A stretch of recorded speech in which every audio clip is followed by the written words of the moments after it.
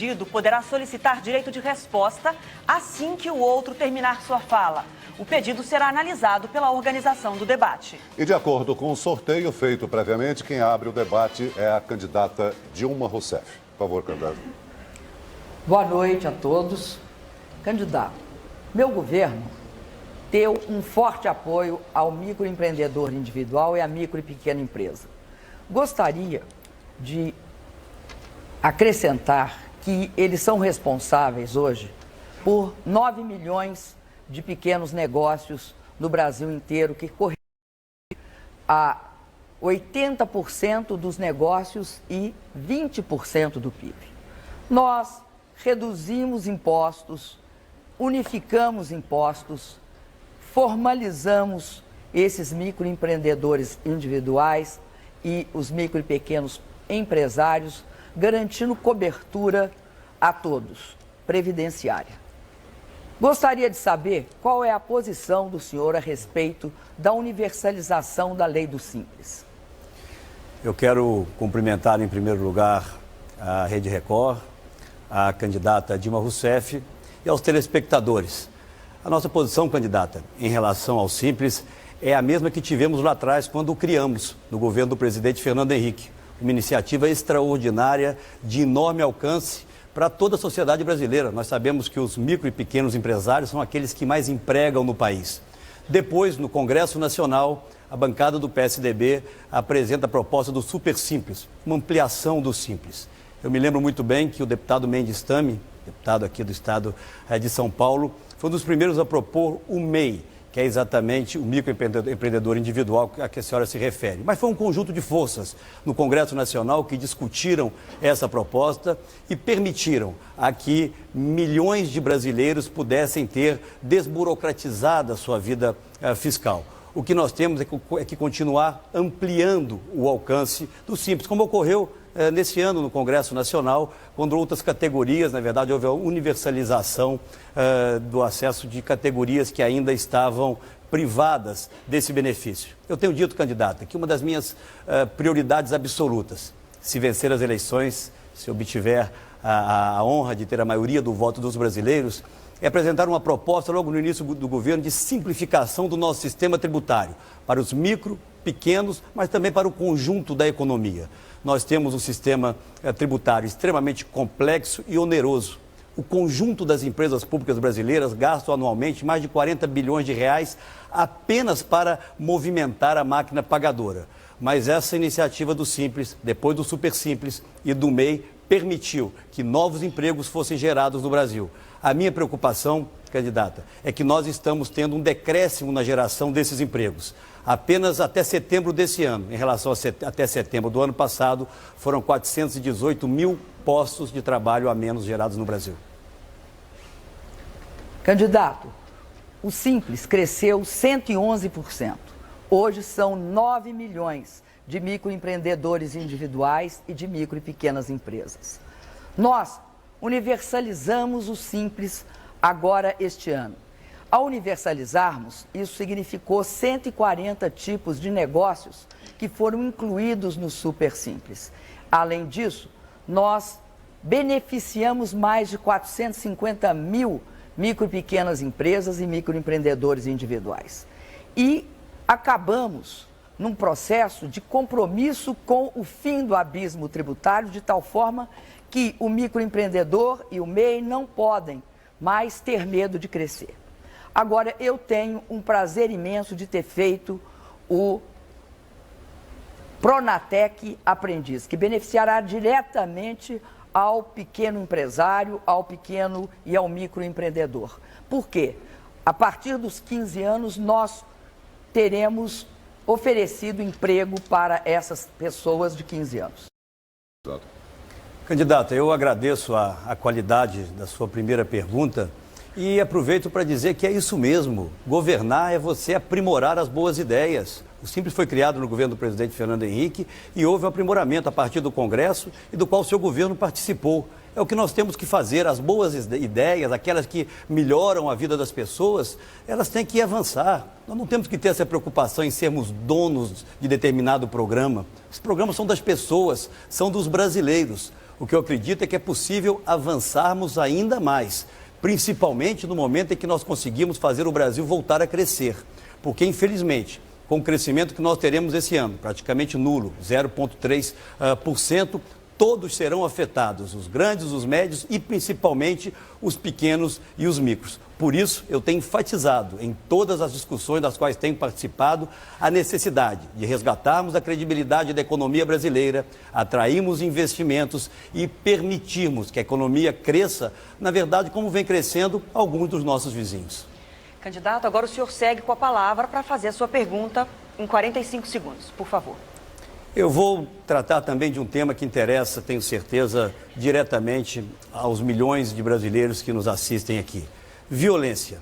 Eu dizia no último debate que havia recebido um documento da Unicef que mostra que 24 jovens, 24 adolescentes são mortos todos os dias no Brasil.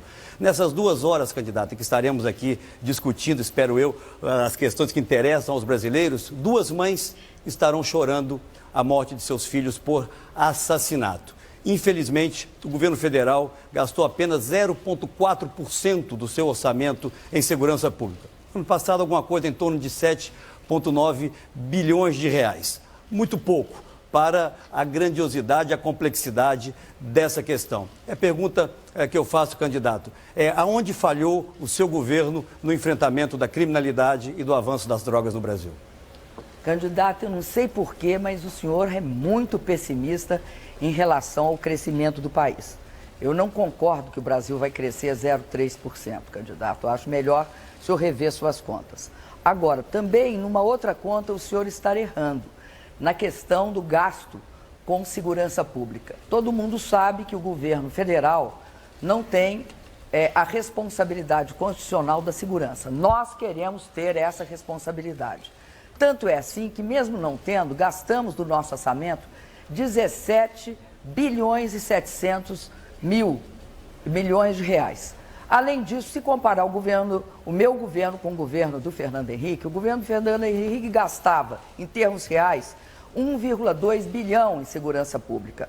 Eu gasto em segurança pública 4,4 bilhões ano. Então, candidato, nós, de fato, investimos em segurança pública. Agora, tem um caso muito interessante para a gente tratar aqui. Eu gostaria que o senhor respondesse. É o caso de Minas Gerais. O mapa da violência demonstra que de 2002 a 2012, houve um crescimento de 52% nos homicídios em Minas Gerais, enquanto no Sudeste como um todo, houve uma queda de 37% dos homicídios. De fato, eu acredito que tem mães chorando em Minas Gerais. Além disso, nós vemos também um fator muito importante lá em Minas Gerais. Dos 853 municípios, 443 possuem delegacia, os demais não possuem. Isso significa um incentivo ao crime, um incentivo à impunidade dos agressores e dos homicidas. Eu acredito que é muito grave também o fato de que 56% dos homicídios estão entre jovens de 15 a 29 anos. Candidata, vejo que a senhora, mais uma vez, mostra problema com os números. Em relação ao crescimento, não são cálculos meus, é a FMI, que diz que a expectativa de crescimento do Brasil é de 0,3%, lamentavelmente. E nós entramos em recessão técnica, como a senhora sabe, porque tivemos 2 trimestres seguidos de crescimento negativo. O governo da senhora gosta muito de discutir Minas Gerais. Vou falar sobre Minas, mas vamos falar um pouco do governo da senhora. Sou candidato à presidência da República, candidato. Do FUNPEN, do Fundo Penitenciário, desde 2011, a senhora investiu 21%, 80% não foram gastos. Do Fundo Nacional de Segurança Pública, a senhora investiu 43%. Portanto, isso significa que quase 60% não foram gastos. O seu governo criou, com um grande marketing, um programa chamado CRAC, é possível vencer. Gastou 40% dos recursos previstos, candidata. Ao contrário, o meu governo, e aí eu lhe dou os números exatos, quando governei Minas Gerais, entre 2003 e 2010, a taxa de homicídios na capital caiu em 37% e no conjunto do estado, os crimes violentos caíram 87%. E segundo o Ministério da Justiça, Minas foi o estado que mais gastou em segurança pública. O tempo acabou, candidato. Agora tem a palavra a candidata Dilma. Sinto muito, candidato, mas no mapa da violência não constam esses números. Consta que o Sudeste teve uma queda dos homicídios em 37%. Em Minas, um aumento de 52%. Acho bom o senhor consultar. Agora, o senhor fala muito dos fundos. É bom destacar que os dois fundos, eles representam hoje 4,3 bilhões de reais. Nós, candidato, não gastamos 4,3 bilhões de reais. Nós gastamos no Brasil hoje, como eu disse ao senhor, 17 bilhões e 700 milhões de reais. Em que, candidato? Em várias atividades, inclusive ajudando todos os estados a construir e a criar centros de comando e controle, que foram responsáveis pela integração entre as polícias civil, as polícias militares, as forças armadas, e isso permitiu um padrão de segurança bastante elevado durante a Copa do Mundo. Tempo de tréplica encerrado, é a senhora quem formula a pergunta agora, candidato. Perfeitamente. A minha pergunta vai sobre flexibilização dos direitos trabalhistas. Candidato, em 2001, o desemprego estava muito alto e foi aprovado um projeto de lei na Câmara, onde o senhor era o presidente da Câmara. Foi aprovado um projeto de lei que tirava os direitos da CLT e transformava esses direitos em acordos coletivos de trabalho ou acordos de trabalho. Isso significava uma grande perda de direitos para os trabalhadores e ameaçava as conquistas históricas. A minha pergunta é a seguinte: por que essas medidas podem ser consideradas impopulares e por que adotá-las? Candidata, a minha vida pública começou há muito tempo e tive um momento, para mim, extremamente rico, que foi o da Constituinte. Eu fui constituinte, muito novo, fui eleito com uma votação extremamente expressiva no meu estado e participei da elaboração de todo o capítulo que garantiu o direito aos trabalhadores. Por isso, sou absolutamente fiel a eles. E quero ir mais além, candidata. Eu tenho dito durante toda a minha campanha que, se eleito for, além de garantir os direitos dos trabalhadores, eu quero ir mais. Eu quero, por exemplo, garantir o reajuste real do salário mínimo até o ano de 2019. Por isso, o meu partido, o PSDB, ao lado do Solidariedade, apresentaram essa proposta. Eu quero garantir o reajuste da tabela do imposto de renda pela inflação. E quero ir além. Eu quero sim rever o fator previdenciário para tirar esse ônus das costas dos aposentados brasileiros, de forma negociada, de forma franca. Portanto, a minha história de vida mostra de forma muito clara, não só o respeito pelos direitos trabalhistas, mas muito mais do que isso. Eu, ao longo do meu período de governo em Minas Gerais, que a senhora quase que diariamente busca alterar ou busca trazer informações que não correspondem efetivamente ao que aconteceu no Estado, lá nós tivemos um diálogo franco com as centrais sindicais que ajudaram no desenvolvimento do nosso Estado. Os nossos indicadores, candidata, em todas as áreas foram extraordinários. Minas Gerais tem a melhor educação fundamental do Brasil, a melhor saúde de toda a região Sudeste e todos os direitos trabalhistas do meu governo foram respeitados. Fiz um governo, candidata, que gostaria de fazer no Brasil, honrado, respeitando direitos e permitindo que Minas fosse um dos estados que mais crescesse durante todo aquele período. O que nós precisamos é que a mesma eficiência que tive em Minas Gerais chegue ao governo federal. Candidato, eu vou refrescar a sua memória. Em 2001, estava extremamente elevado o desemprego no Brasil. Naquela época, o projeto de lei 5873, que trocava os direitos consolidados na CLT por um simples acordo trabalhista, foi colocado na pauta. Seu partido chegou a votar este projeto. O senhor colocou na pauta e seu partido votou.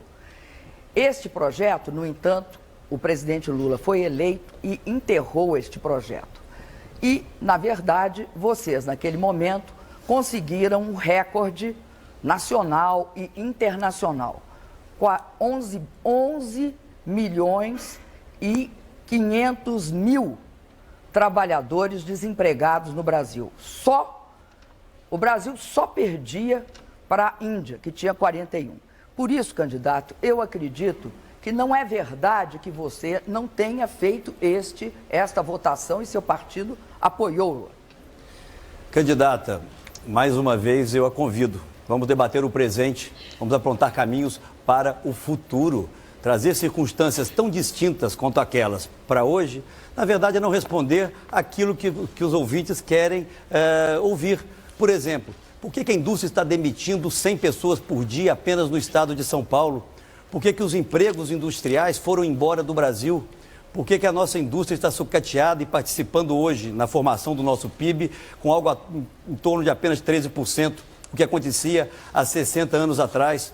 Porque tivemos nos últimos 6 meses os piores meses da década de geração de empregos, candidata. O que o seu governo vai fazer para que o Brasil volte a crescer, saia da lanterna do crescimento na nossa região? As pessoas estão extremamente preocupadas com o futuro, candidata. Não vamos fazer uma campanha olhando para o retrovisor da história, vamos fazer uma campanha olhando para o futuro. Os brasileiros querem ver o país crescendo, os empregos voltando a ser gerados e aí sim a confiança restabelecida. A confiança que hoje os brasileiros não têm mais. Quem faz a próxima pergunta agora é o candidato Aécio Neves. Por favor. Candidata, vamos falar de mais um tema extremamente importante para todos os brasileiros. Inflação. A senhora disse literalmente nos nossos últimos 2 encontros, no primeiro deles, de que a inflação está sob controle. O último encontro do primeiro turno. Depois me disse de forma textual, e eu fiz questão de anotar aqui, no último debate, tenho certeza que a inflação está sob controle. E disse mais, disse que se nós baixarmos a inflação para 3%, que é o objetivo do meu governo, isso ia gerar um enorme desemprego no país. Por que, candidata, que isso não acontece em países vizinhos nossos? Cito o exemplo do Chile, poderia citar outros que conseguem crescer bem mais do que o Brasil, controlando a sua inflação. Onde está o erro, candidata? Eu estou estarrecida com o fato, candidato, que o senhor não sabe que nós temos uma das menores taxas de desemprego da história, 5%. O senhor pode se esforçar bastante, mas jamais vai conseguir tirar de nós o fato que nós temos 5% de desemprego, a menor taxa de toda a história. O meu governo, candidato, ao contrário do seu, criou 5.600.000 empregos no Brasil inteiro. Isso são dados oficiais, candidato. Não adianta, porque todo mundo sabe que eles são oficiais. Agora, candidato, qual é o problema da nossa divergência em relação à inflação? Eu tenho um compromisso de combater a inflação de forma drástica e sistemática. A inflação não está descontrolada como quer vocês, até porque vocês jogam no quanto pior, melhor. Eu tenho certeza que a inflação está sob controle e ela está inteiramente controlada e isto é inequívoco. Agora, candidato, em alguns momentos você tem flutuações, mas os preços voltam para os patamares que devem ficar. Eu considero muito grave a proposta de 3% de taxa de inflação, porque vai repetir a velha história de sempre. Para ter 3% de inflação, o senhor vai triplicar o desemprego, ele vai para 15%, e o senhor vai elevar a taxa de juros, como já fizeram antes, a 25%, porque esse é o receituário. O cozinheiro é o mesmo, Armínio Fraga. A receita é a mesma. Recessão, recessão, recessão. E o resultado é o mesmo. Desemprego, arroxo salarial e altas taxas de juros. A quem serve isso? Ao povo brasileiro é que não é. Ok, candidata. A candidata afirma que o seu governo gerou mais empregos do que o meu. Eu não governei o Brasil, candidata, apenas para que fique aqui muito claro. Pelo menos não ainda. O Peru, candidata, muito próximo a nós. Tem uma inflação de 3,2%, desemprego de 6% e cresce 3,6% esse ano. Vamos aqui ao Chile. Falei do Chile agora há pouco, uma inflação em torno de 4,4%, um crescimento de 2%. Ou mesmo o México, e uma taxa de desemprego de 6,6%.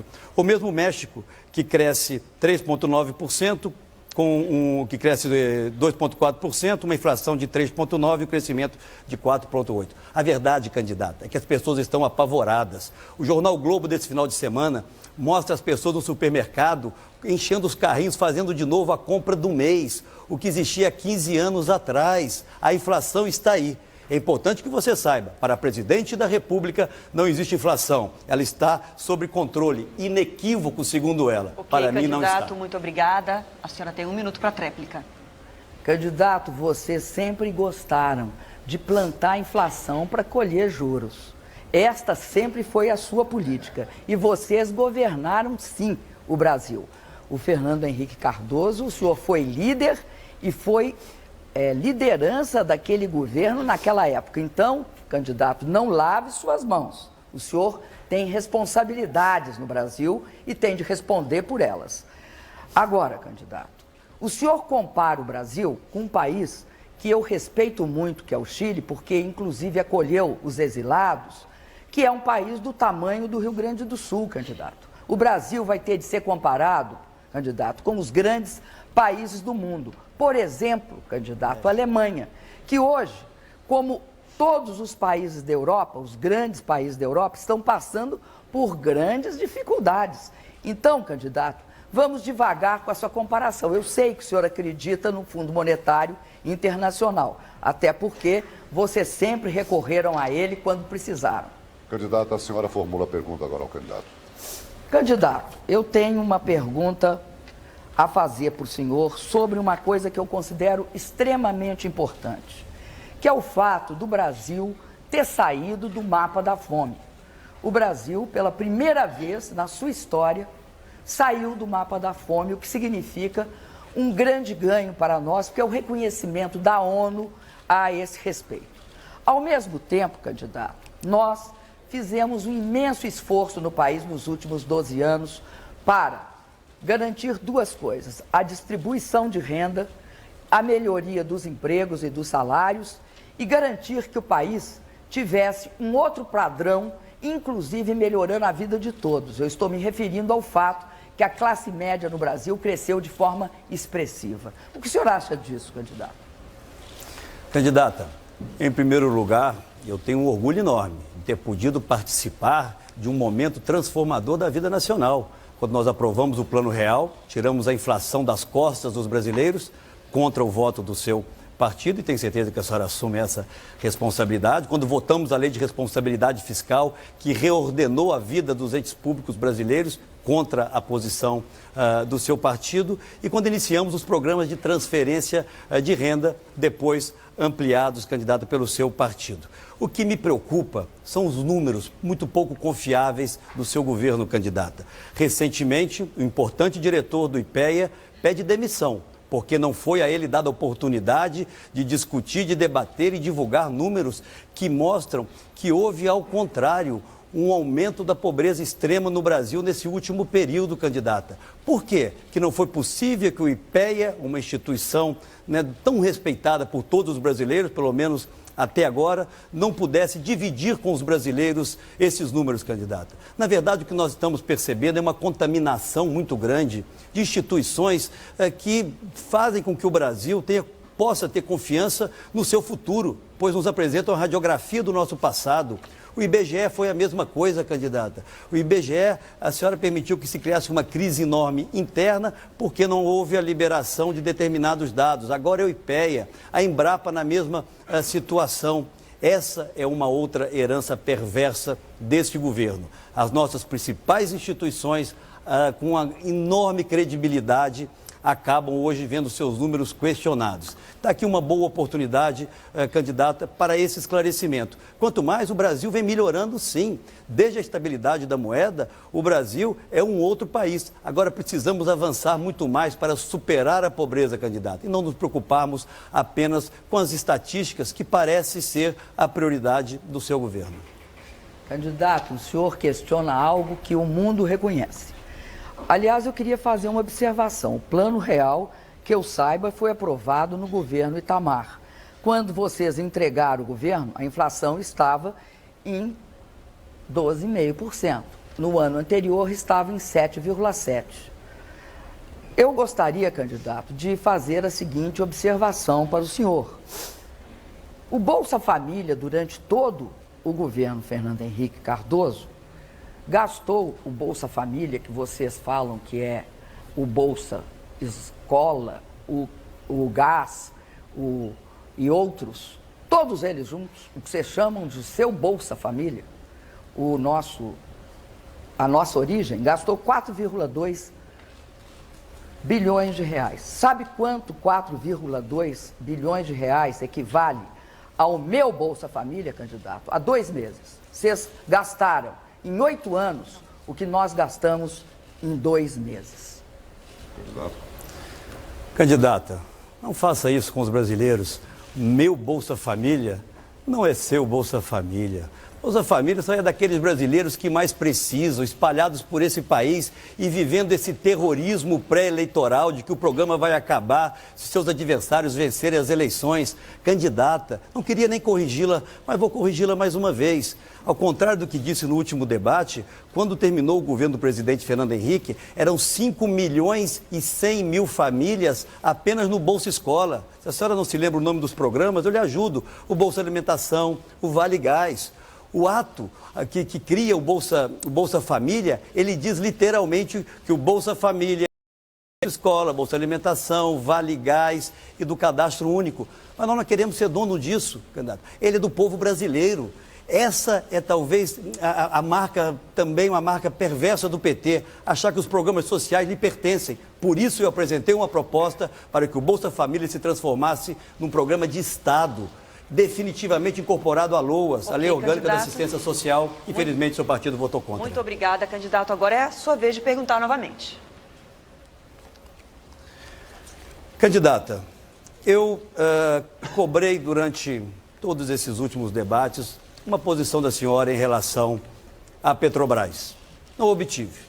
Mas agora eu quero aqui fazer um reconhecimento de público. A senhora ontem reconhece que houve desvios na Petrobras. Eu me lembro muito bem que no Congresso, quando apresentamos a proposta da CPMI, éramos taxados de aproveitadores eleitorais. Pois bem, a senhora reconhece agora que houve desvios. O que eu lhe pergunto é o seguinte, candidato. Aquele que é denunciado como instrumento do seu partido para o recebimento dessa propina, o tesoureiro João Vacari Neto, continuará como tesoureiro do partido e continuará também, candidata, como membro do Conselho de Itaipu? A senhora confia nele, candidato? Candidato, o senhor confia em todos aqueles que, segundo as mesmas fontes que acusam o Vacari, dizem que o seu partido, o presidente dele, que lamentavelmente está morto, recebeu recursos para acabar com a CPI. O senhor acredita, candidato? Porque eu queria lembrar o senhor de uma coisa. Da última vez que um delator denunciou pessoas do seu partido, no caso do metrô e no caso também ligado àquela questão dos trens, da compra dos trens, o senhor disse que não ia confiar na palavra de um delator. Eu sou diferente, candidato.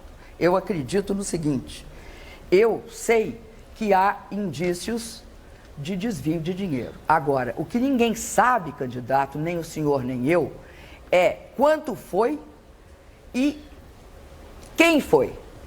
Isso é muito importante. Por quê?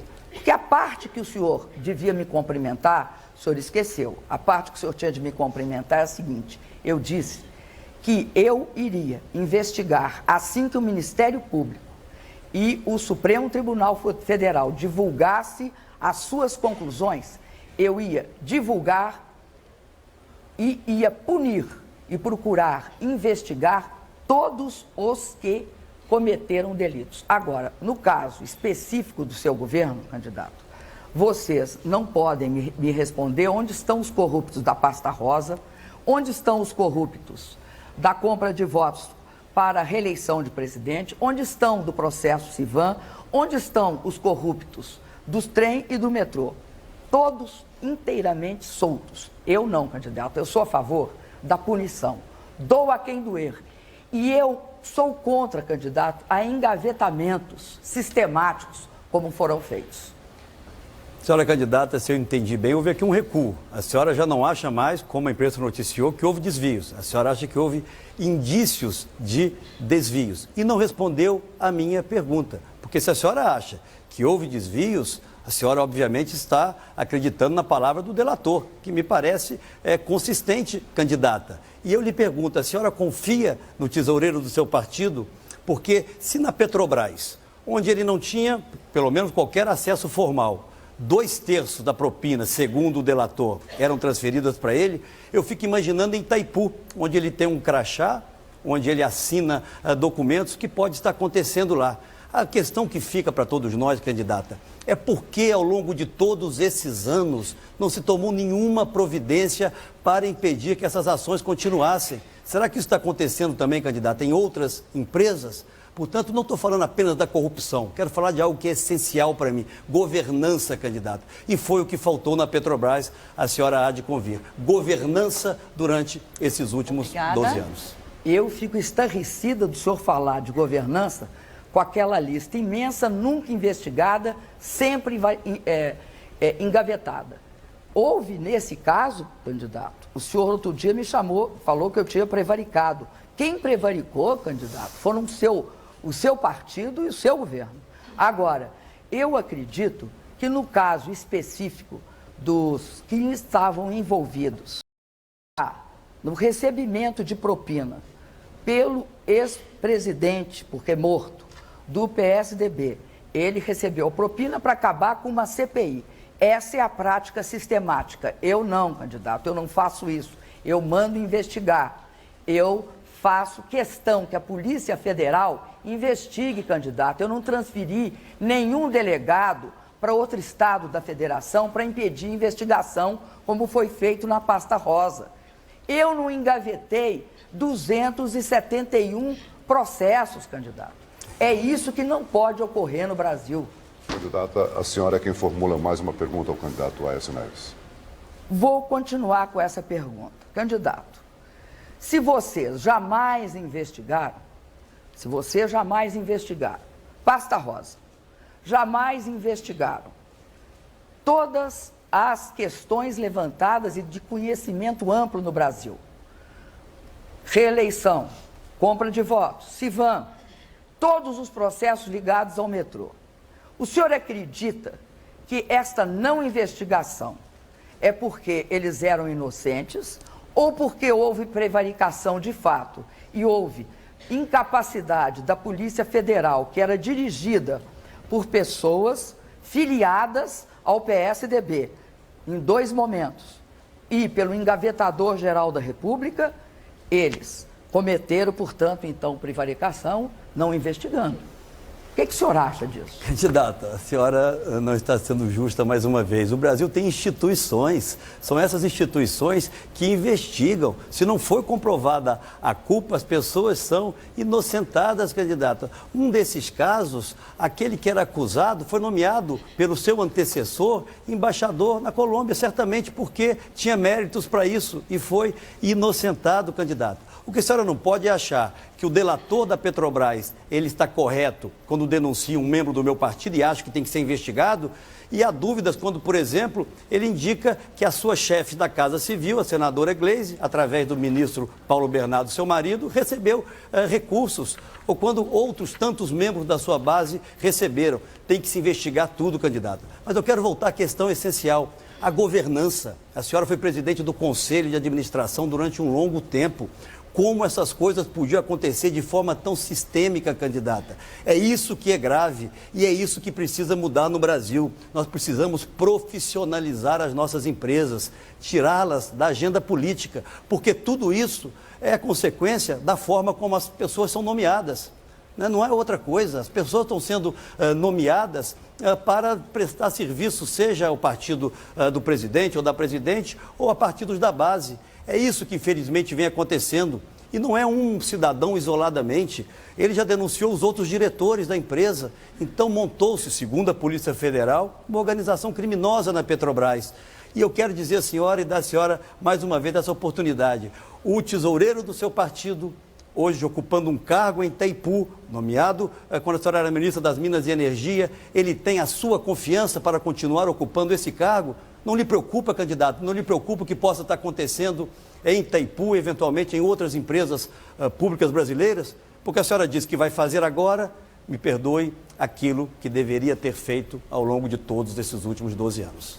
Candidato, o senhor adora fazer confusões que lhe beneficiam. É importante notar, candidato, que eu fui presidente do Conselho da Petrobras até 2010. Assumi a presidência da República e demiti esse senhor diretor em março de 2012. Portanto, bastante tempo depois. Não sabia ainda que ele estava comprometido. Agora, candidato, a minha diferença para você é que eu mandei investigar quando soube que tinha estas características. Por acaso, porque estavam atrás de um doleiro e através do doleiro descobriram. Eu nunca impedi a investigação, candidato. Eu nunca impedi que falassem, que olhassem ou que verificassem o que estava acontecendo. Agora, vocês impediram.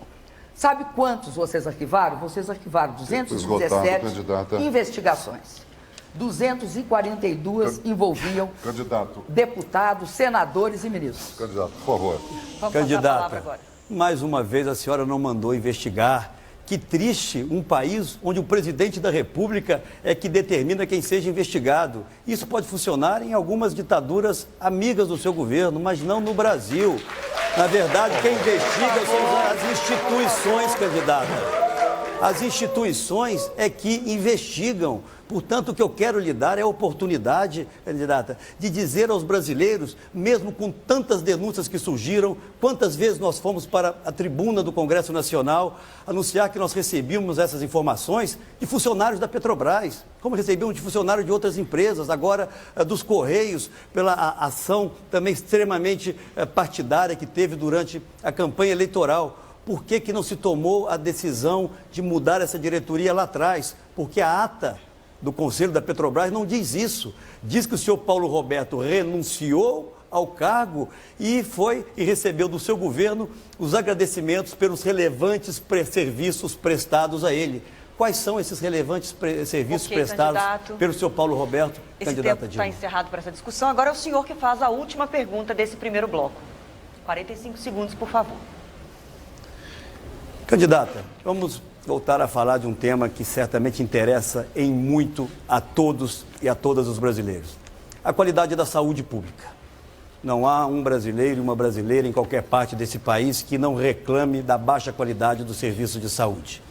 Eu me lembro muito bem, e agradeço aqui a presença do ministro, senador José Serra, que nós tivemos avanços muito importantes no seu período de governo, com os gerentes. Em especial, talvez o mais marcante dele, com o programa Saúde da Família, extremamente importante. Ao longo desses últimos 12 anos, a participação do governo federal no financiamento da saúde vem diminuindo. Chegou em alguma coisa em torno de 55%, 56%, hoje está em torno de 45%. O que fazer, candidata Dilma, para nós melhorarmos a qualidade da saúde pública no Brasil? Candidato, apesar de vocês terem derrubado a CPMF, e imposto ao governo federal, como oposição, uma perda de 260 bilhões de reais, nós aumentamos e muito o orçamento da saúde em relação ao seu período de governo, ou melhor, ao período do Fernando Henrique, do qual o senhor foi líder e representou muito bem. Acontece, candidato, que a partir daí nós fizemos muitas atividades na área da saúde. Por exemplo, candidato, criamos o SAMU. E o SAMU hoje atinge 149,9 milhões, 150 milhões de pessoas. Este SAMU, que o senhor só implantou em 28% do estado de Minas. Criamos o Mais Médicos, que o senhor votou contra e combateu até um determinado momento. Eu não tenho clareza qual é a posição do senhor sobre os mais médicos. Gostaria que me esclarecesse, que hoje cobre 50 milhões de pessoas. Criamos também uma série de programas, como o Brasil Cegonha, como todos os outros programas, inclusive o que tem farmácia popular, que atinge 22 milhões de pessoas com remédios gratuitos de hipertensão e diabetes. Vamos fazer o mais especialidades. Mas, candidato, nós tiramos dinheiros e recursos porque aprovamos uma lei, a lei dos royalties, que atribui 25% dos royalties e 50% do fundo social para a saúde. Acredito, candidato, que esse vai ser um elemento fundamental para melhorar a saúde do Brasil, que de fato precisa ser melhorada. Agora, candidato, o senhor disse que não tinha feito, mas ficou claro que o senhor não cumpriu o mínimo constitucional e investiu e desviou, aliás, da saúde 7,6 bilhões de reais. Muito obrigada. Candidata, a verdade, sempre a verdade. Esse dado que a senhora não cansa de repetir, ele não é verdadeiro, candidato. O Tribunal de Contas do Estado atesta que nós cumprimos adequadamente a lei. Por exemplo, nesse caso específico, exatamente como o Rio Grande do Sul, seu governador Tasso Genro. E aproveito para mandar um abraço para o meu amigo Sartori, que disputa com ele as eleições. Nós temos avançado, candidato, na nossa proposta de governo para que o Programa Saúde da Família, desprezado pelo seu governo, possa retornar. Eu não quero um programa apenas para chamar de meu, candidato. Eu quero não apenas mais médicos, eu quero muito mais do que isso, eu quero mais saúde. Mas como a senhora estava confusa em relação à nossa votação, nós votamos a favor sim, mas nós votamos também para que os médicos fizessem o revalida. E eu não posso aceitar essa discriminação que o seu governo aceita com os médicos cubanos, que deveriam estar recebendo o que recebem os médicos de outras partes do mundo que aqui estão. Mas vamos valorizar os profissionais de saúde do Brasil, candidato. É assim que nós vamos resolver definitivamente o drama da baixa qualidade da saúde pública, candidato, que a senhora não reconheceu aqui até agora. Muito obrigada. Agora a senhora tem mais 1 minuto para a tréplica final desse bloco. O Ministério Público de Minas Gerais entrou sexta-feira contra o governo de Minas, porque o que eu falei outro dia, o senhor disse que não era verdade, é verdade. Vocês não cumpriram o mínimo constitucional na área da saúde. E também fizeram uma outra coisa. No período inteiro, desviaram 7 bilhões e 600 milhões. Com que moral o senhor fala em saúde, eu não sei. Agora, vou ler uma fala do ministro do TC, do Tribunal de Contas do Estado de Minas Gerais, o conselheiro Celo Costa, que diz o seguinte: é duro engolir que vacina para cavalo seja contabilizada como despesa de saúde. Esta é uma frase de um conselheiro do Tribunal de Contas. Portanto, candidato, a mim estarrece que o senhor tenha essa tranquilidade em falar de saúde. No caso do Mais Médicos, candidato, o senhor esquece que tem 1,8 médicos brasileiros formados no Brasil para... Ok, candidata. O tempo está encerrado. Eu vou respeitar. Obrigada. A gente termina então assim esse primeiro bloco do debate com os candidatos à presidência. Depois do intervalo, nós voltamos com novas perguntas entre os candidatos. Eleições 2014, o voto na Record.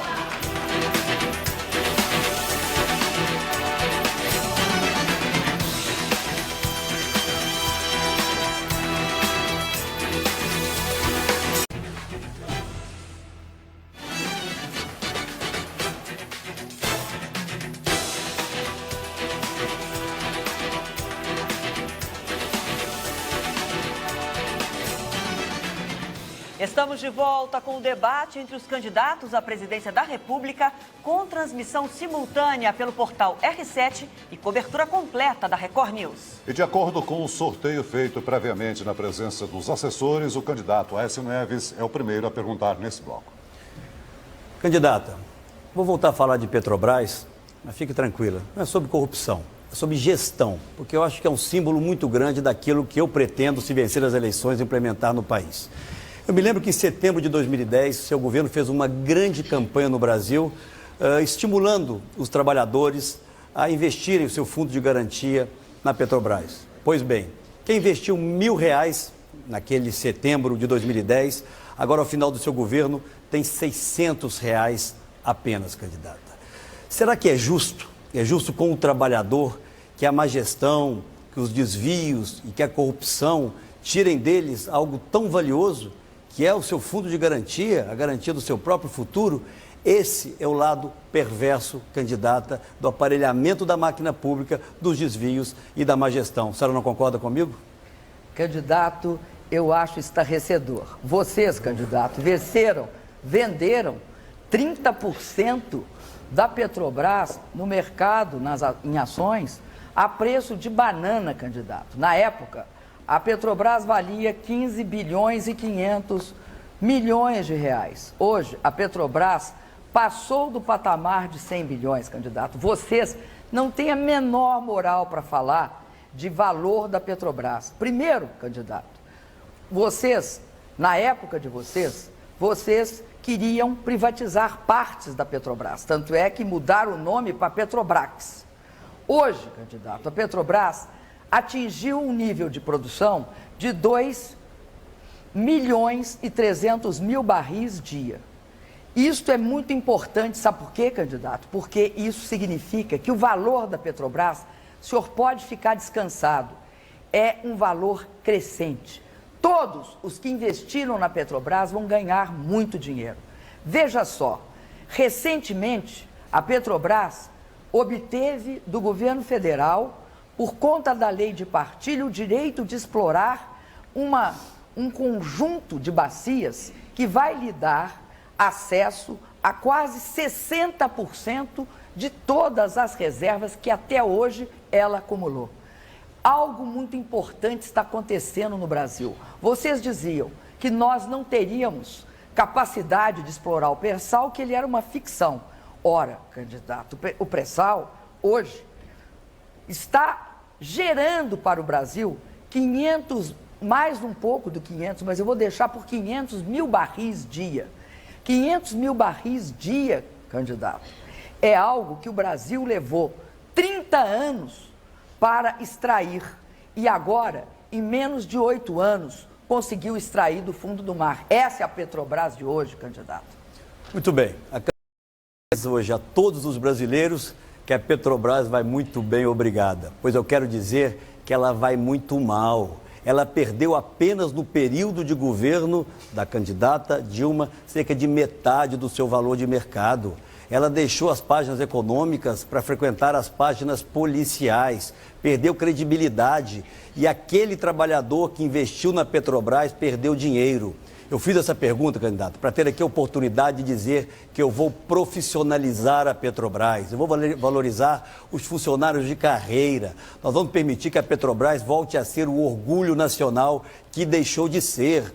E não achem que o pré-sal, candidata, lhes pertence. O pré-sal foi descoberto pelos investimentos que vieram muito antes do seu governo, patrimônio da sociedade brasileira, mas que será gerido com profissionalismo, com eficiência e não, infelizmente, da forma como vem acontecendo até aqui. Candidato, você é engraçado. Quando é nós que fizemos, não nos pertence. Agora, quando é o senhor que quer copiar de nós, pertence ao senhor. É 2 pesos e 2 medidas estranhíssimos que o senhor usa. A Petrobras, candidato, na época de vocês, candidato, e o senhor disse isso, está registrado. O senhor disse que pensava em algum momento em privatizar a Petrobras, mas que isto não estava ainda na pauta. Eu só fico pensando quando é que o senhor quer colocar na pauta. É denegrindo a Petrobras, é dizendo que a Petrobras perdeu valor.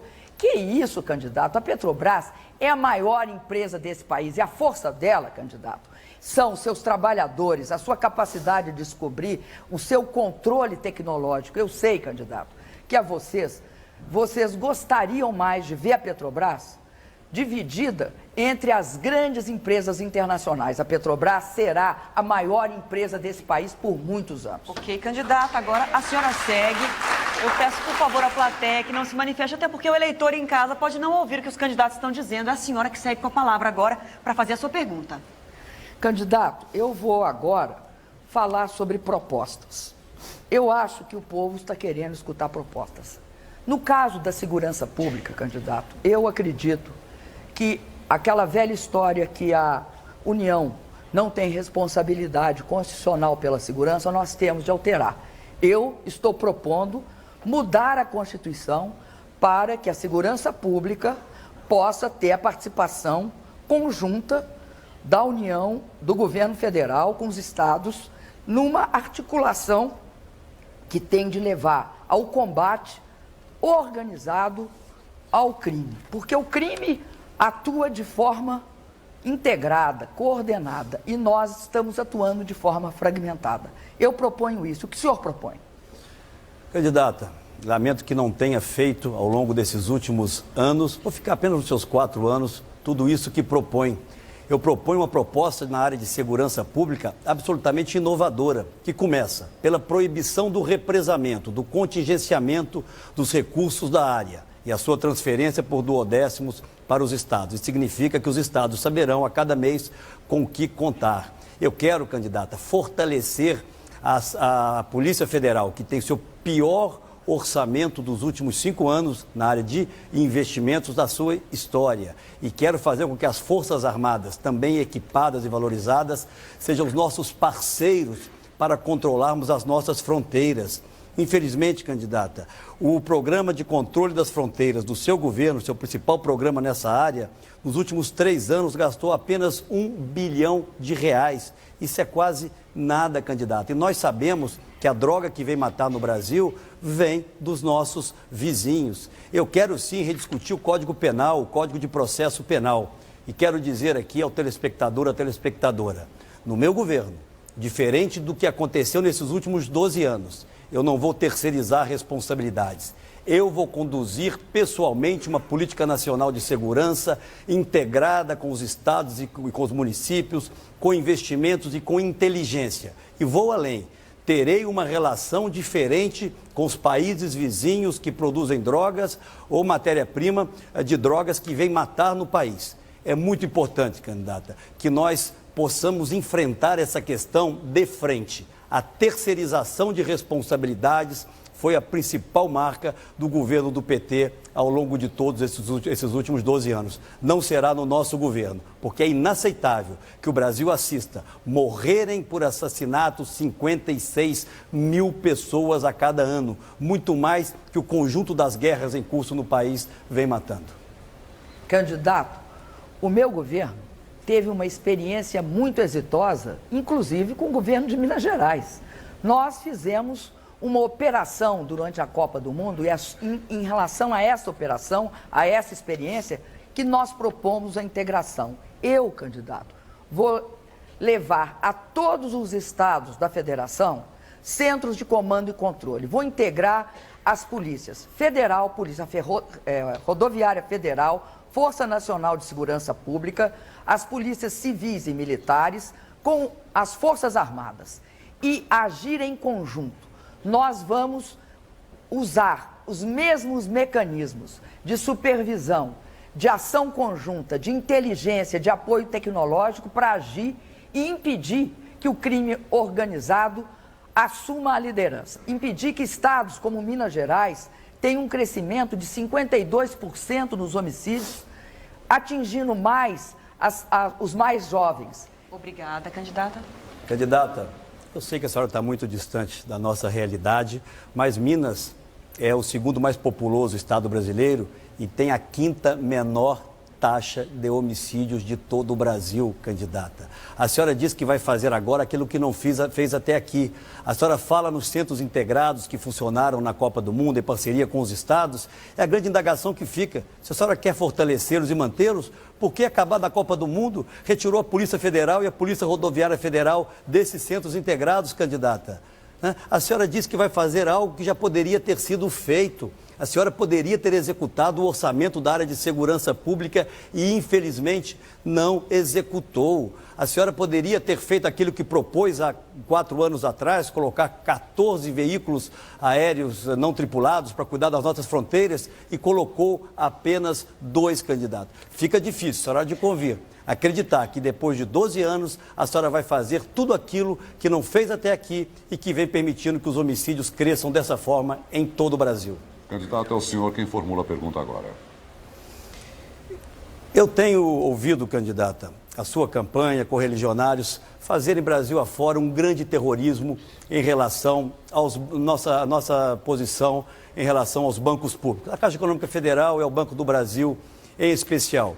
Esse mesmo discurso de que nós privatizaríamos essa ou aquela empresa. Fizemos as privatizações que precisavam ser feitas. E os bancos públicos, candidata, vão ser fortalecidos no nosso governo. Pergunta a senhora, é justo, por exemplo, que a Caixa Econômica Federal e o Banco do Brasil estejam recebendo atrasados ou deixando de receber recursos do Tesouro, por exemplo, para garantir o pagamento em dia do crédito agrícola, no caso do Banco do Brasil, 8 bilhões de reais, ou no caso da Caixa Econômica Federal, para pagar em dia os benefícios, por exemplo, do Bolsa Família, cerca de 10 bilhões de reais, ou mesmo do seguro-desemprego, candidata?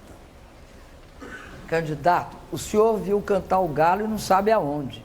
Isso é terrível quando acontece com uma pessoa.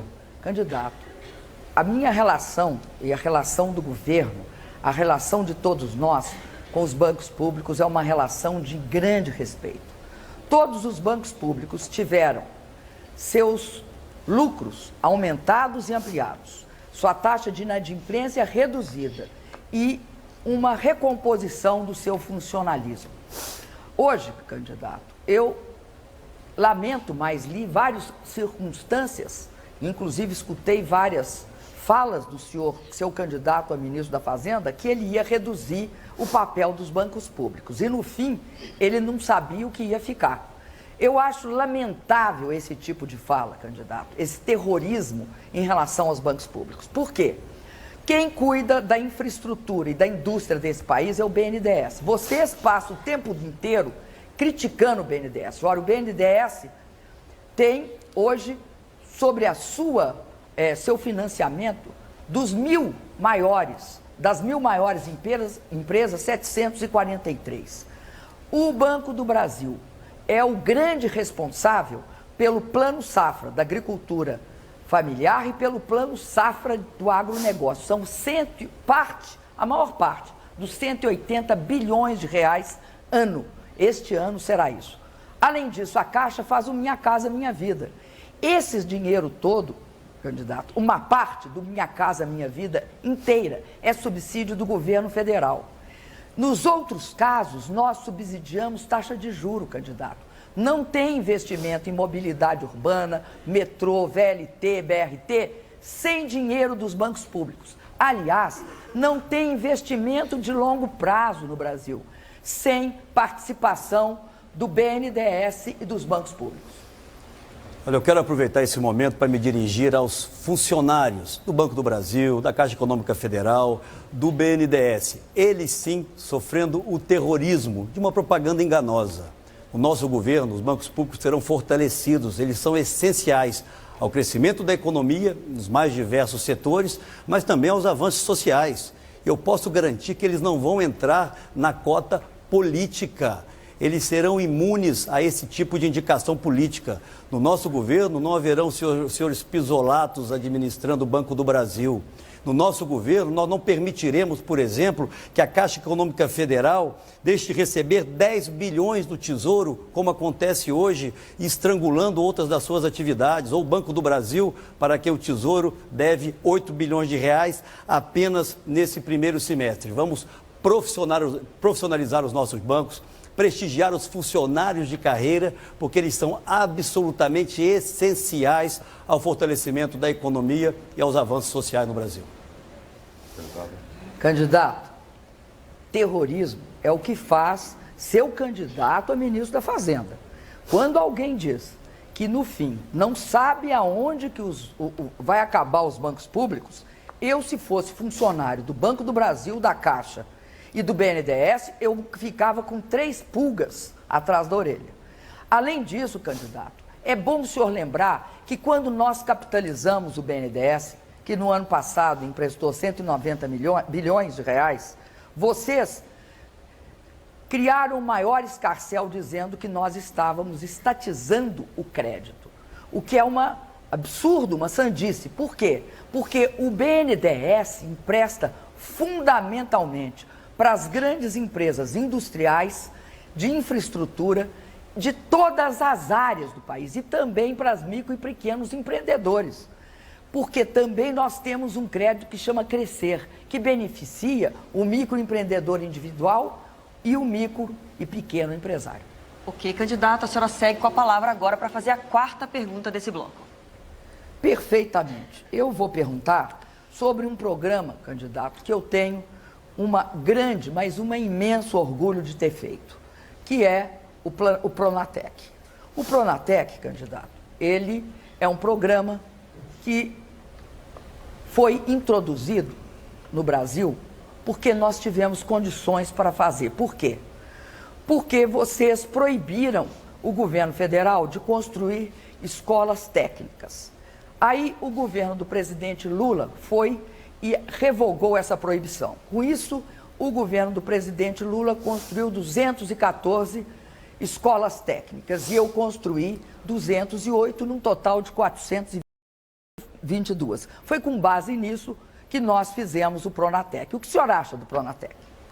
Candidata, será que alguém pode acreditar que algum governo vai proibir a construção de escolas técnicas? Não é nada disso, candidata. A senhora não leu a lei. O que se estabelecia no governo do presidente Fernando Henrique é que elas seriam construídas em parcerias com estados, com municípios, com organizações não governamentais, com o Sistema S, que é exatamente aquilo que acontece hoje. Infelizmente, o Pronatec, que é uma bela experiência, não vem sendo administrado da forma que deveria ser administrado. Os jornais de hoje mostram isso. As pessoas se matriculam, saem alguns dias depois, mas continua na estatística do seu governo. Vamos manter o Pronatec, porque ele é importante e ele é uma inspiração, candidata. No PEP, em Minas Gerais, que não sei se a senhora conhece, ou nas ETECs aqui em São Paulo, que provavelmente a senhora conhece. Portanto, melhorar os programas, aprimorá-los, fiscalizá-los de forma mais adequada é absolutamente essencial. Os PEPs, os Programas de Ensino Profissionalizante de Minas Gerais, talvez a senhora não conheça, a avaliação é mensal. Se o aluno saiu, ele deixa de estar na estatística e o Estado, o governo, no caso isso não acontece no Pronatec, deixa de pagar aquela instituição. As denúncias que estão nos jornais hoje mostram exatamente isso, a perda de controle da gestão. Aliás, a perda do controle da gestão é uma marca que nós sabemos grande desse governo. O Pronatec, portanto, vai ser aprimorado, candidata, mas nós temos que ampliar as horas dos cursos.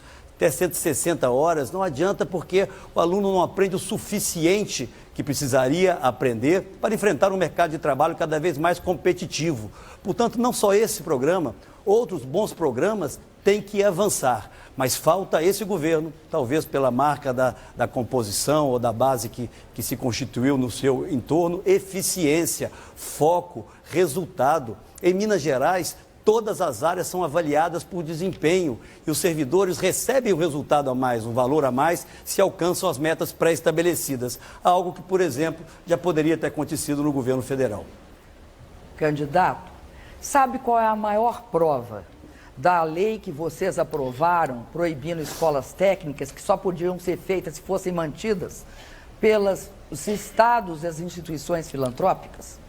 É o seguinte, vocês, em 8 anos, candidato, fizeram 11 escolas técnicas. Nós, candidatos, fizemos 422. Eu, em 4 anos, 208. É só 1.600% a mais do que o senhor fez. Além disso, candidato, eu quero dizer o seguinte, o Pronatec não tem parecença com nenhum programa que está ocorrendo. Ele tem escala, 8 milhões de pessoas tiveram acesso ao Pronatec. O tempo de estudo, candidato, é função também do fato de que tem um caminho de formação. Tem um eletricista 1, eletricista 2 e assim sucessivamente. Outra coisa, candidato, é gratuito. Vocês jamais fizeram programa gratuito nessa escala, candidato. É completamente diferente. Obrigada, candidata. Agora, tréplica final. 1 minuto. Candidata, eu não consigo, realmente eu não consigo entender essa obsessão para ter os programas e chamá-los de meu. Todos os programas são evolução. O seu governo não inventou as escolas técnicas, candidata. Ao contrário, essa é uma experiência que começou de forma muito exitosa aqui mesmo onde nós estamos, em São Paulo. Quem não conhece a experiência do governador Geraldo Alckmin com as ETECs, Avançar é muito importante, candidata, mas reconhecer que precisa se haver aprimoramentos é a essência da administração pública. Não existe nenhum programa acabado e perfeito. Acho sim que o Pronatec precisa avançar, os custos precisam ser maiores, precisam ser mais vinculados à realidade de cada uma das regiões brasileiras, a partir da potencialidade econômica que cada região tem. Essa é uma queixa que eu recebo em várias das minhas viagens. E nós vamos, candidata, esteja certo disso, com gestão eficiente, permitir que os bons programas possam trazer melhores resultados e, obviamente, os maus programas sejam interrompidos. Obrigada. E este foi o segundo bloco do nosso debate. No intervalo, nós voltamos com mais perguntas entre os candidatos. Eleições 2014, o voto na Record.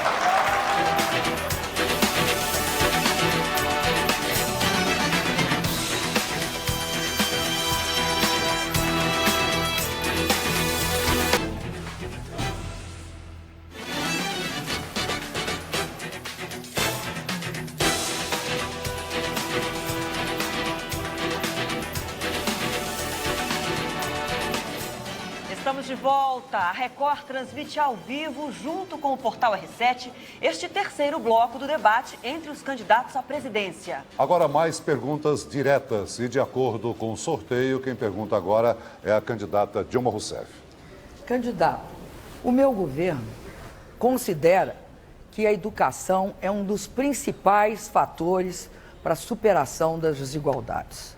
Por isso, nós democratizamos o acesso às universidades. Nós transformamos o Enem, candidato, no maior processo de seleção para o vestibular e de acesso às diferentes e diversas cursos que existem às várias faculdades. É um exame universal de ingresso, não é um exame seccionado. E acessa a 5.000 cursos, candidato, que é muito importante.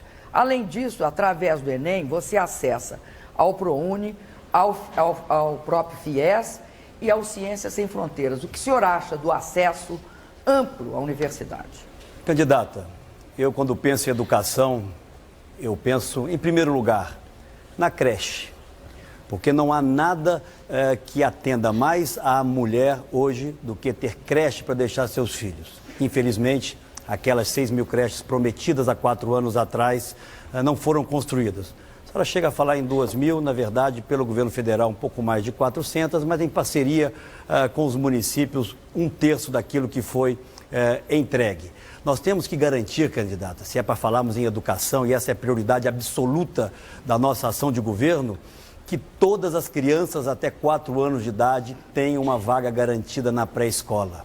A partir daí, candidata, nós temos que qualificar a escola. Por isso eu tenho proposto nós criarmos a nova escola brasileira, uma escola que funcione, que ensine. Nós queremos avançar nas escolas de tempo integral. Eu me orgulho muito de ter levado Minas Gerais a ter hoje a melhor educação fundamental do Brasil, não sendo o mais rico dos estados e tampouco o mais homogêneo dos estados brasileiros. Nós temos que, no ensino médio, candidata, flexibilizar os currículos, valorizando os professores, qualificando-os para que as crianças e os jovens estejam estimulados a ficar na escola, a concluírem o seu curso. E foi isso exatamente que eu fiz em Minas com o Poupança Jovem. Eu apresentei uma proposta, candidata, de resgate de cerca de 20 milhões de brasileiros que ou não concluíram o ensino fundamental ou não concluíram o ensino médio, para que possam fazê-lo. É o único caminho para se integrarem no processo de desenvolvimento do país, inclusive do desenvolvimento social. E vamos avançar. O Enem está aí, uma iniciativa hoje ampla e que precisa também ser melhorada, como tudo no atual governo precisa, candidata. E é preciso que se reconheça isso. Infelizmente, em qualquer ranking internacional, a qualidade da educação do Brasil está nos últimos lugares. E nós vamos mudar isso. Candidato, os senhores sucatearam o ensino superior no Brasil e faziam uma oposição errada entre universitário, creche e ensino básico. Sem professor bem formado, candidato, não vai existir educação de qualidade no Brasil. Por isso, uma coisa sempre vai depender da outra. No que se refere, candidato, as creches, nós só fazemos creche em parceria com o município, não tem como fazer diretamente pelo governo federal. E aí, candidato, nós fizemos 2.000 creches, entregamos e estamos construindo 4.000 em parceria. Agora, eu queria dizer o seguinte, vocês foram contra o ProUni, entraram na justiça contra ele. O ProUni levou 1.800.000 estudantes pobres a acessar as universidades privadas. E foram contra também a várias outras iniciativas nossas. Candidato, assim não é possível tratar a educação. Tempo esgotado. Assim não é possível entender o que nós fomos contra, se a senhora não consegue dizer, candidata. Eu quero fundar a nova escola brasileira e quero dizer aqui à mãe de família que nós vamos construir as creches que a candidata Dilma não entregou. A grande verdade é essa. E não admitir isso significa o quê? Não tomar as providências para fazer aquilo que não foi feito, como aconteceu na área de saneamento, por exemplo, onde a candidata, na campanha eleitoral, anunciou que tiraria o PIS/COFINS das empresas de saneamento para que elas pudessem investir mais e não fez isso. Nós temos aí, infelizmente, mais de 50 milhões de famílias vivendo sem saneamento básico. Os compromissos de 2010, candidato, são os mesmos que a senhora hoje aqui repete. Eu quero me dirigir nesse instante, já estamos aqui ao final, nos encaminhando para o final desse debate, que nós vamos cuidar, mas cuidar muito da educação, valorizando os profissionais da educação, dando a eles condições de trabalho efetivas. Candidato. Vamos avançar na escola Candidato, de tempo integral. O tempo está encerrado, mas é o senhor que faz a pergunta agora. Achei que era 1,5. Não, é um minutinho para a tréplica, era a tréplica final. Candidata, nós todos sabemos da carência de infraestrutura no Brasil de hoje. Durante quase 10 anos, o seu governo demonizou as parcerias com o setor privado. Se curvou ao final a ela, mas com atraso enorme. Hoje faz concessões, fez privatizações de aeroportos. Mas ninguém tira o atraso de obras essenciais, e vou me dirigir especialmente nesse instante aos nordestinos, como, por exemplo, a Transnordestina, como a transposição do São Francisco. Poderia falar de várias outras. Infelizmente, candidata, as obras do seu governo não terminam nunca. Elas têm seus preços aumentados e, infelizmente, os benefícios acabam não alcançando aqueles que precisaria alcançar. Por que as obras iniciadas no seu governo e prometidas para estarem prontas 2, 3, 4 anos atrás não foram concluídas, candidata? Candidato, o senhor tem de se informar para conhecer melhor o Brasil. Nós concluímos, candidato, a Ferrovia Norte-Sul. Nós entregamos as usinas de Santo Antônio e Giral agora parcialmente, mas todas estão em andamento. Fizemos a usina de Belo Monte. Ela está em construção, inclusive o meu programa de televisão mostrou. A integração do São Francisco está em pleno vapor. O trem urbano de Porto Alegre foi concluído, o metrô do Rio, de Fortaleza, de Recife, de Salvador também, o Eixão das Águas, com a Anal do Sertão Alagoano, adutora do Pajeú também, os polos navais, que o senhor disse que ia investir, eu achei estranhíssimo, o polo naval, o senhor é contra a política de conteúdo nacional e quer investir em polo naval. Fizemos sim, candidato, o polo naval de Rio Grande e o polo naval de Pernambuco. Fizemos a linha de transmissão que liga o Brasil à Amazônia, que nunca foi ligado pelo seu governo, a linha Tucuruí, Macapá, Manaus.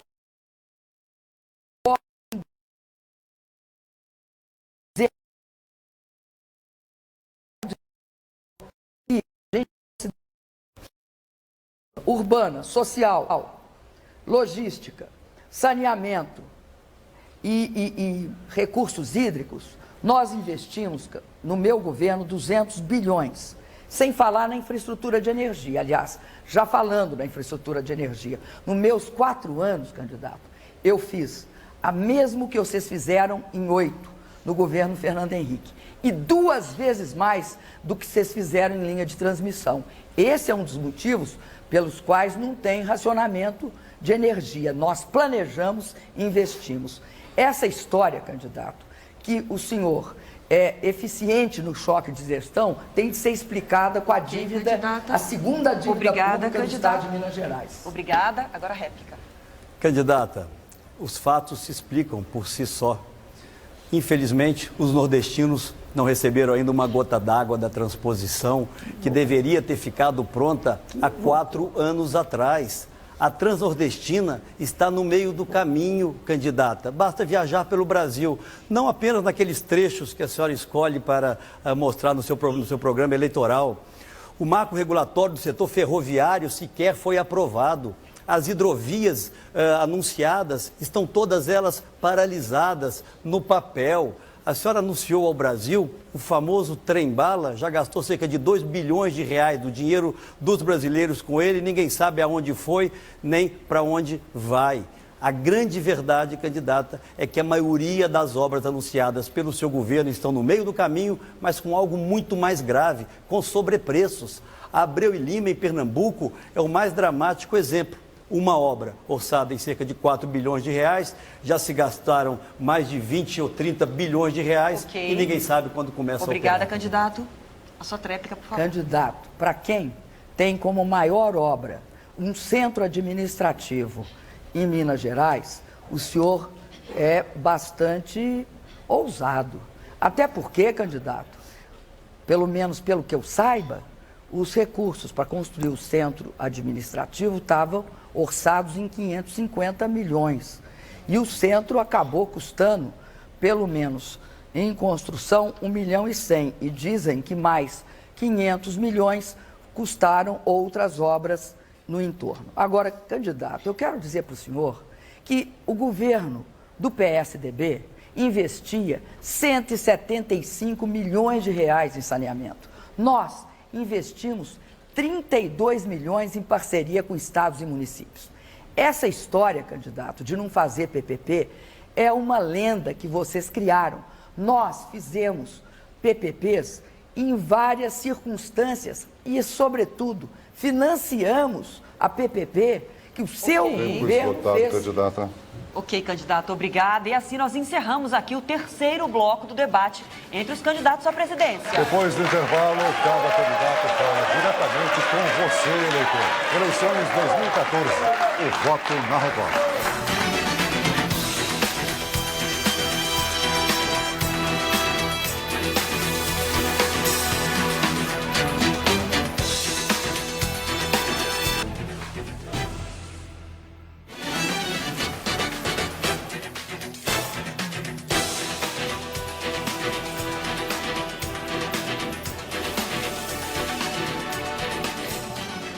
Estamos de volta com o debate entre os dois candidatos que pretendem governar o Brasil pelos próximos 4 anos.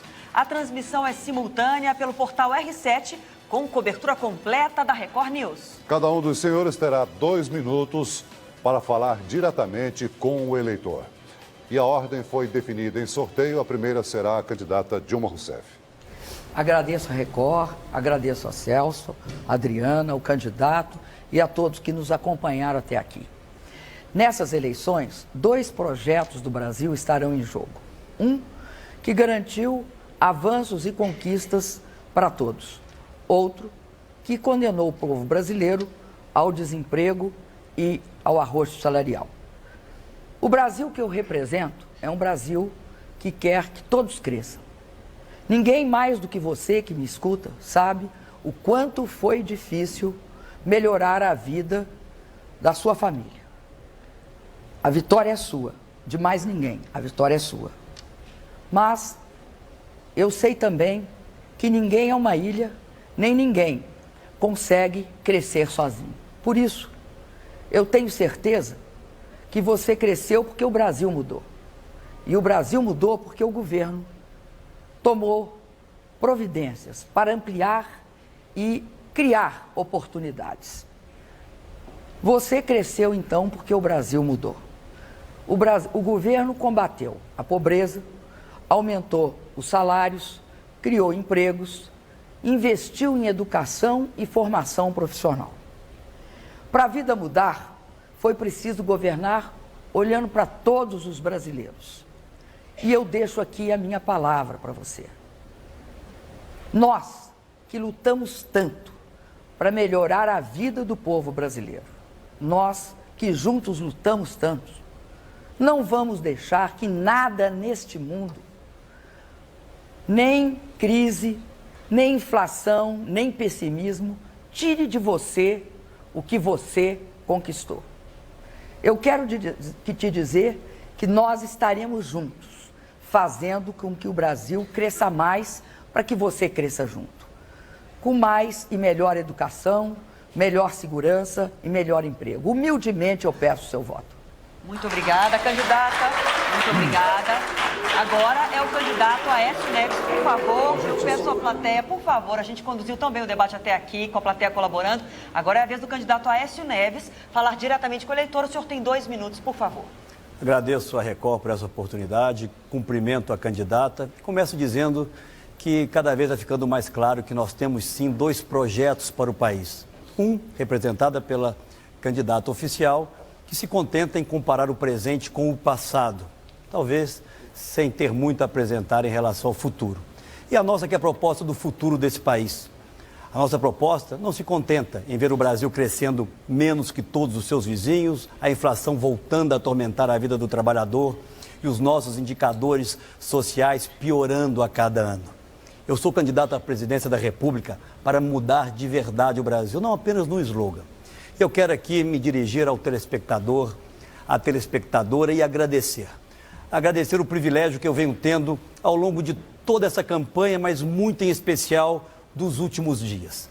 Nessa última semana eu estive no Paraná, depois eu estive na Bahia, na Paraíba, hoje no Rio de Janeiro, ontem no Rio Grande do Sul.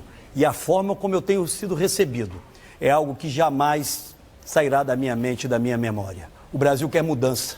Eu não sou mais o candidato de um partido político, eu sou o candidato que encarna o sentimento de que os brasileiros podem muito mais do que estão tendo hoje. Nós merecemos ter um governo que respeite o dinheiro público, que melhore os nossos indicadores sociais, que una o Brasil em torno de um grande e ousado projeto. Nós somos uma nação maravilhosa, não podemos continuar a ter uma educação de tão baixa qualidade. Nós somos um país com potencialidades econômicas extraordinárias e não podemos ver a nossa indústria e os nossos empregos na indústria indo embora. Eu, portanto, hoje, assumo a responsabilidade de conduzir essas mudanças com altivez, com responsabilidade, com enorme amor ao Brasil. O que eu vi hoje pela manhã no Rio de Janeiro, ao lado da minha mãe, da minha filha, da minha esposa, com mais de 20 mil pessoas nas ruas, podem ter certeza, é algo que eu levarei comigo para sempre, para fazer um Brasil decente e honrado para todos e todas as brasileiras.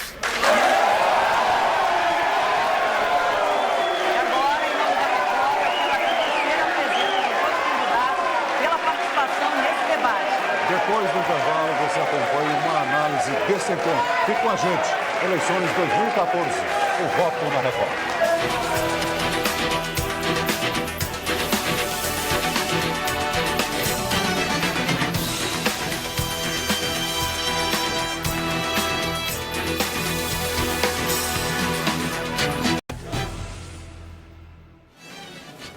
Debate da Record encerrado, debate ao vivo, aqui no estúdio, no local do debate, muita movimentação ainda. O candidato Aécio Neves dá entrevista aos jornalistas, acompanhado por assessores ali atrás. E aqui ao nosso lado, vai deixando o estúdio da Record, a candidata Dilma Rousseff também deu entrevista longamente, falou com assessores e também com jornalistas. Ao meu lado, os mediadores do debate, Celso Freitas, Adriana Araújo, comemorando obviamente mais esse serviço à democracia, mas também uma das maiores audiências da Record este ano aqui no Brasil. Tirando a plateia que deu trabalho para vocês em alguns momentos, os candidatos debatendo ideias. A plateia nem deu tanto trabalho assim, na verdade, né? Porque eu acho que é natural também, ali no calor do debate, as pessoas tentarem se manifestar. Mas essa é uma regra que é estipulada e, enfim, é um acordo entre os partidos que a plateia não pode se manifestar, até porque quando eles se manifestam, o eleitor em casa, o telespectador, não consegue ouvir os candidatos. Então a gente de vez em quando tem que pedir ali um silêncio, mas foi tranquilo. O que eu acho que é importante ressaltar é que os candidatos debateram assuntos de grande importância nacional, de grande interesse de todos nós eleitores. E a grande vantagem desse esse debate da Record, que é um debate decisivo, a uma semana das eleições, quando o eleitor tem tempo de pensar e refletir sobre tudo que foi dito aqui. Nas palavras que foram ditas, mas também na comunicação pelos gestos, pela postura, pelas expressões. Tudo isso o eleitor deve levar em conta e ele tem tempo para decidir. A gente gosta, né, de conversar com a família, com os amigos, de discutir política. Então, ao longo dessa semana, o eleitor vai poder fazer isso para no próximo domingo votar com consciência e decidir o seu voto. Sem dúvida, Adriana. E o fato, Celso, é que a divisão de tela, a oportunidade do telespectador em casa enxergar a reação de um candidato à pergunta do outro, também faz com que ele se sinta aqui conosco, assistindo a tudo isso de perto. O debate de programas foi essencial para a noite de hoje, né? É o que, além de comemorar a grande audiência que a gente teve no debate de hoje, elogiar o comportamento dos candidatos que evoluíram no quesito de um querer desconstruir menos o outro, né? E o aprofundamento na discussão de assuntos que são significativos para a sociedade brasileira, como segurança, educação, se tratou de economia, se tratou de saúde, né? Eu acho que a gente está colaborando aí com o eleitor brasileiro para fazer uma boa escolha no próximo domingo. E falando em próximo domingo, é hora de chamar a cobertura da Record para o próximo domingo. Repórteres ao vivo em todo o Brasil, análise, números e tudo minuto a minuto, né? Antes do próximo domingo, vamos falar de amanhã. Amanhã uma cobertura completa no Fala Brasil sobre esse debate decisivo aqui na Record.